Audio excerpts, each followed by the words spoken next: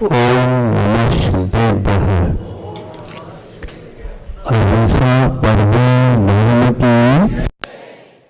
आचार्य गुरुवर श्री कुंद कुंद भगवान की जय। आचार्य गुरुवर श्री ज्ञान सागर मुनि महाराज की जय। संत शर्मणि सर्वगुण विद्यासागर महामुनि राज की।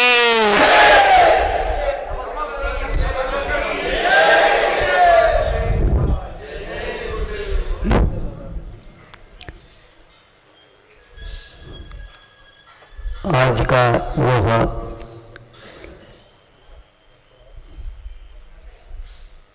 प्रसिद्ध रूप में विज्ञान धार्मिक युग से बहुत आगे बढ़ा हुआ था। हर बात में मन में यह शंका होती रहती है कि इस युग में भी इतना विज्ञान आगे कैसे बढ़ गया, जबकि पूर्व काल में मंत्र शक्ति आदि बहुत होते थे और उस समय न बढ़ करके इस समय कैसा बढ़ा। ये एक आप लोगों की धारणा हो सकती है अथवा एकांगिक अध्ययन का यह फल भी हो सकता है। जहाँ कहीं भी दो वस्तुओं में तुलना की जाती है तो एक पहलू से दो पहलुओं से हो सकता है। एकांत रूप से एक ही पहलू देख ले तो आज भी यहाँ वैष्णवी देखने को मिल सकता है। हमारा प्रवास आज वह लगभग 40 वर्ष से भी पहले की है, किंतु प्रासंगिक वह बहुत अच्छा आपको लगेगा। हटामी अपना प्रवास था जो कुंडलपुर से लगभग 20 किलोमीटर है।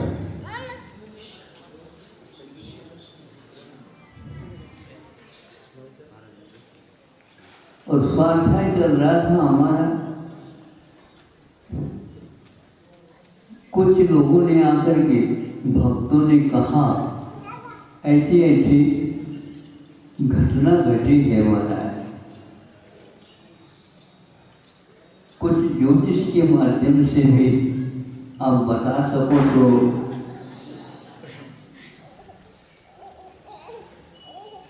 ज्योतिष तो दूर है, चलिए घटना के बारे में आप बताओ।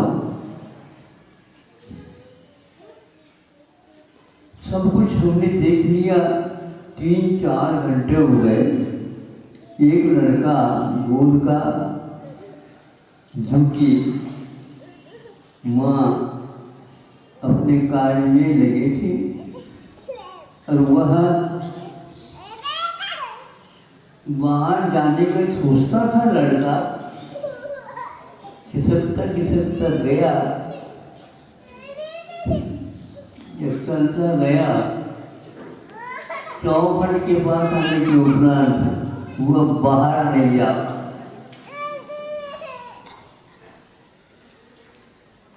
किसी भी प्रकार से कोशिश करके उसने उसको खोला और बाहर निकला। प्रमाण कहो या ज्ञान कहो या जल्दबाजी में ऐसा हुआ हो,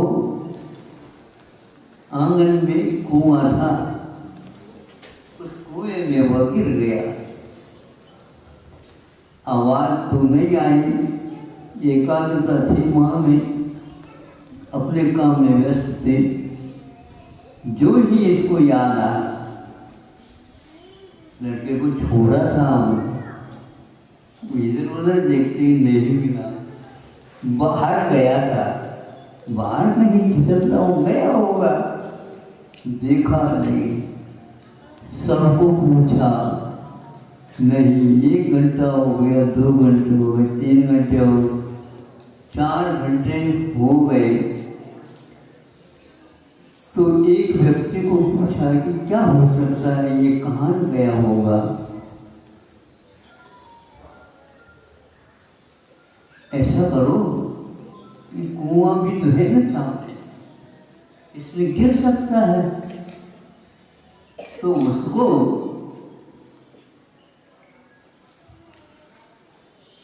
कोई ऐसे जिसको फसाव बोलते बांध करके छोड़ा, तो उसमें उसका कुछ कपड़े के तरह लटक गया या फंस गया, तो बाहर निकाला तो वह लड़का उसमें फंसा हुआ निकाला।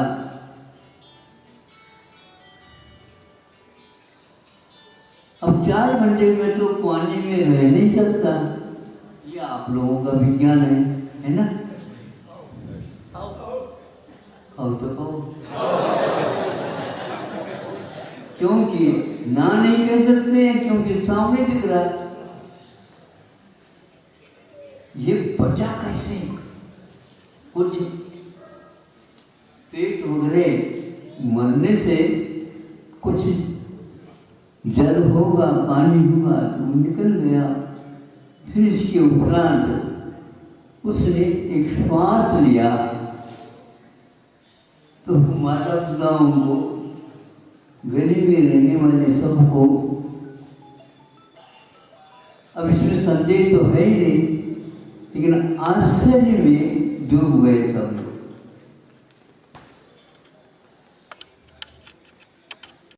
बिना श्वासोच्छ्वास के रहना कैसे संभव है? संभव है ऐसे सोचो क्यों कर रहे होते हैं? तो है दिख रहा। एक पहलू से जब हम देखते हैं संदेह भी होता है, अभी भी गिर गया होगा। तो 4 घंटे तक वो ढूंढ रही है, इसमें कौन सा कहीं बगल में रख कर के ढूंढ रही है क्या? ऐसा तो है नहीं। योग से उसी घर में पिताजी भी और उनके दादाजी भी दोनों डॉक्टर थे, और जो पिताजी था उनकी पत्नी भी डॉक्टर है। अब सभी डॉक्टर होने के उपरांत संशय क्यों और आश्चर्य क्यों? आज का विज्ञान, क्या वह पहले काल का विज्ञान, जब तक धर्म की दृष्टि से हम नहीं सोचते अथवा शरीर की संरचनाओं के बारे में जब तक हमारे लिए पूर्ण ज्ञान नहीं होगा। महाराज, एक एक कोशिकाओं का अध्ययन हो चुका है। एक एक कोशिकाओं में और कोशिकाएं भी हो सकती हैं। उन सब का अध्ययन करके ही निर्णय लिया गया, हाँ ठीक है। तो स्थूल का तो हो सकता है, लेकिन सूक्ष्म परिणाम अपने आप में बहुत महत्वपूर्ण होता है।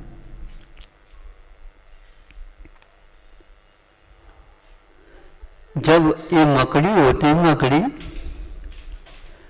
मकड़ी तैरती जैसे लगती है, कभी कभी भागती है और कभी कभी लटकती हुई दिखती है, लेकिन हमें नहीं दिख रहा। जब वह अपने ही छोड़े हुए जाल में लटकते हुए जाते हैं और वहां पर ऊपर के छेद में से सूर्य प्रकाश दिखता है, तो उस समय वह लटकती हुई दिखती है, तैरती हुई नहीं दिखती। वह स्थूल बहुत लंबे चौड़े होकर के भी जान आपकी आंखों में क्यों नहीं आया, बताओ।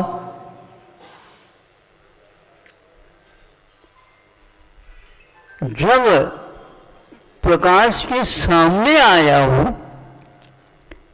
है तो वही, उसका ज्ञान बहुत पतला रहता है, उससे वो लटका हुआ था। उसके ऊपर धूप पड़ गई, धूप पड़ने के बाद आपके आंखों का काम उस समय हुआ। उस समय में भी आपको ज्योति थी, किंतु धूप क्या वह देखने को नहीं उपलब्ध थी। और मकड़ी तो दिख रही है, वो जाल नहीं दिख रहा है। इसी का नाम ज्ञान का जंजाल बोलते हैं। हम फंसे हुए विषयों में, कषायों में, अज्ञान के कारण सूक्ष्मत्व और बादरत्व, स्थूलत्व, इन दोनों का विभाजन हमारी आंखों में तब होता है जब हम दूसरे वस्तु उनके आलम्बन ले लेते हैं।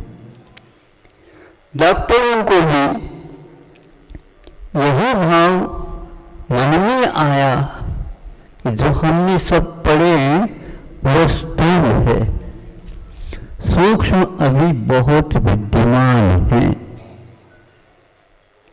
सभी के शारीरिक संरचना एक ही है नहीं है। हमारे यहाँ कर्म सिद्धांत आता है और वो बहुत व्यापक है। वह एक एक प्रकृति के भी असंख्याक लोग भगवान भेद बताते हैं।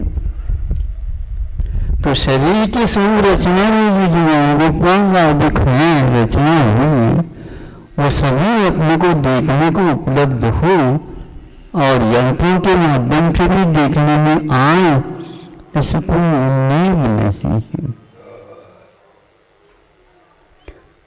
शोध में, खोज में लगे तो हैं, लेकिन पूर्णता को वह छू जाए ऐसा कोई नियम नहीं। और यहाँ पर दिख रहा 4 घंटे के बाद भी मृत्यु नहीं हुई है।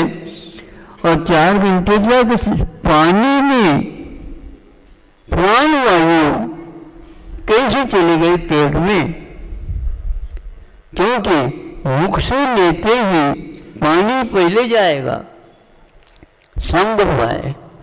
उस पानी के साथ प्राणवायु भी जा सकती है। उस पानी में केवल पानी ही है ऐसा नहीं है, प्राणवायु भी है। और वो उसके साथ जो प्राणवायु गई होगी उसके माध्यम से भी उसका काम चल गया होगा। यह रचना विज्ञान की दृष्टि में नहीं आई। अब इसको खोजते हुए आप चले जाओगे, पूर्ण हो ये कोई नियम नहीं है। आपको रात में नहीं दिखता, आपको भी देखता, अंधेरे में बैठ जाओ, किंतु आपको वो मूल्य नहीं दिखेगा। विज्ञान के पास ये साधन यदि हो भी सकता है, बाद में और निकल सकता है, तो यह रात और दिन के भेद होते हुए भी एक को दिख रहा है, एक को नहीं दिख रहा। छोटा था उस समय जादूगर वगैरह होते तो बहुत जल्दी भीड़ होती है। मैं उस भीड़ में चला गई, क्यों क्या है? तो जादूगर हाथ सफाई के माध्यम से सब बहुत सारी दिखाया। एक आइटम रह गया था उसका, वो कहता है मेरी आंखों के ऊपर तुम जो कुछ भी मानना वो मान लो। और मैं बंद आंखों के साथ ही आपको एक चमत्कार दिखाऊं।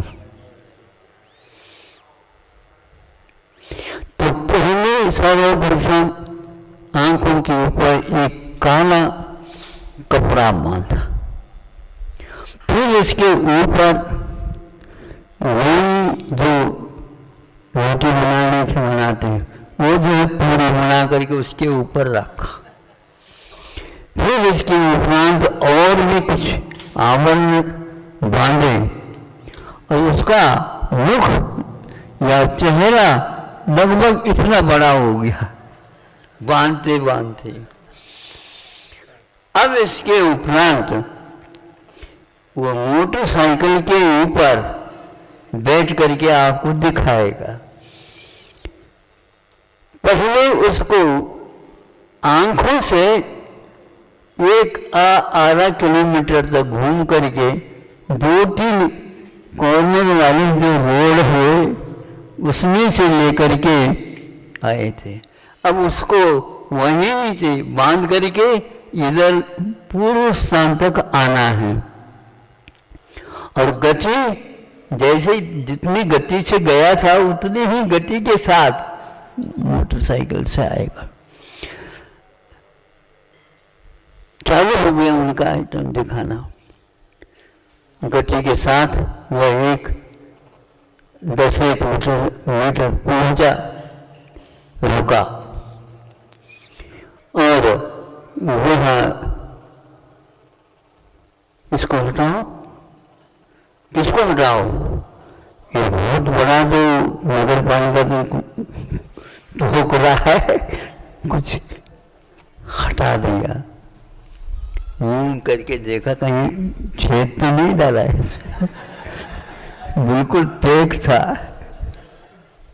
आगे बढ़ा, तीव्र गति से बढ़ा, 2-3 ऐसे और कॉर्नर आ गए, घुमा लिया और चला गया और आकर के एक स्थान पर रुक जाता है। बहुत महीन सूक्ष्म काली धागा इस तरह से हाथ इस तरफ से लेकर के बांध दिया गया था।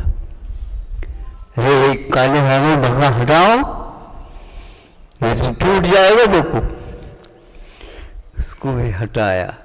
इस प्रकार वह आंखें बंद होने के उपरांत में पूर्व गति के अनुसार वहां तक कैसा गया,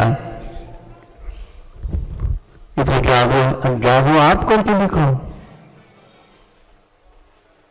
क्या ऐसे हाथ सफाई है? विज्ञान के पास ये नहीं।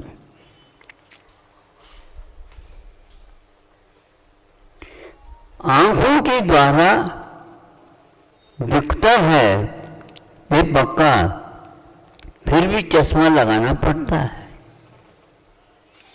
चश्मा लगाने के उपरांत आपके पास शक्ति होती हुई बिना चश्मा के क्यों नहीं देखता, ये बात है।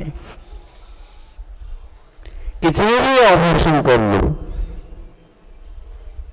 चश्मा के नंबर के अनुसार ही दिखेगा। चश्मा के बिना क्यों नहीं दिखता? उसके पास क्षमता होते हुए भी। तो इससे स्पष्ट होता है कांच के जब नंबर भी बढ़ जाते हैं बदलना पड़ता है। क्या बदला? नंबर बदला, नंबर तो नहीं बदला, नंबर तो वही है, कांच में अंतर आता है। तो कांच के ऊपर हम देखते हैं, उसमें से पारदर्शिता के साथ बाहर भी हमारी दृष्टि जाती है, बिना जाती है उस विषय को हम कैसे पकड़ सकते हैं? उस रखी हुई वस्तु को हम कैसे देख सकते हैं? ये नाप तोड़ भी होता होगा। इन नंबर के बाद दूरबीन भी आता है। ये दूरबीन क्या है? जो दूर में रखी हुई वस्तु को ढूंढना है। दूरबीन कैसे आएगा? वो क्षमता बुद्धिमान होते हुए भी, क्षमता होते हुए भी हम उस वस्तु को बिना चश्मा नहीं देख सकते। चश्मा तो लगा दिया लेकिन नंबर बदल गया, तो नंबर बदलने करके और कार्य उसमें ग्लास लगाना होगा। फिर इसके उपरांत भी ऐसे जादूगर आ जाए तो उसके चश्मा की कोई आवश्यकता नहीं है, आंखों की भी कोई आवश्यकता नहीं।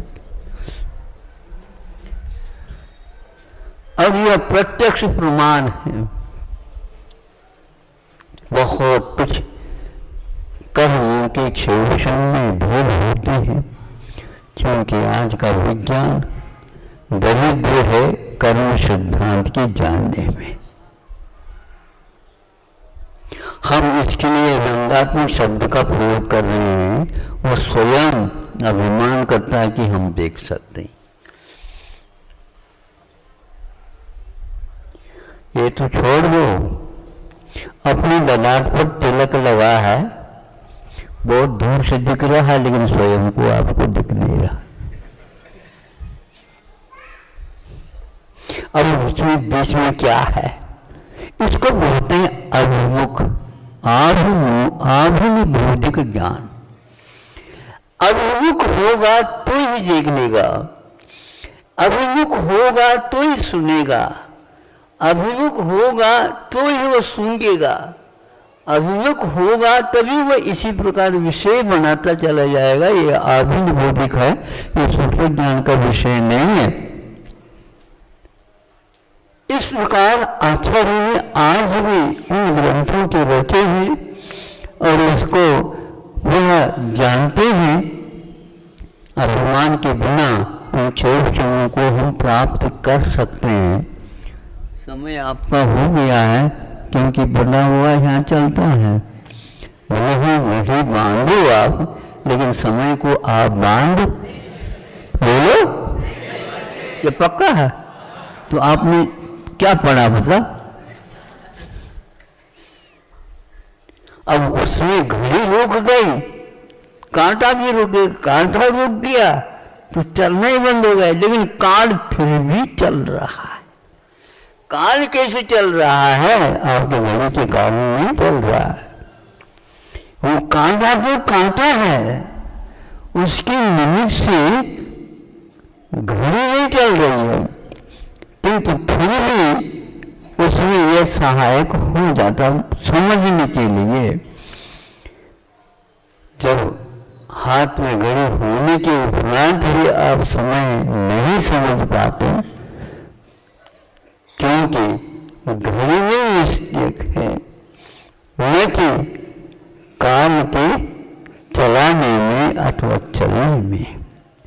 फिर भी आचार्य कहते हैं आप कम से कम विज्ञान के माध्यम से काल के अस्तित्व को बताओ,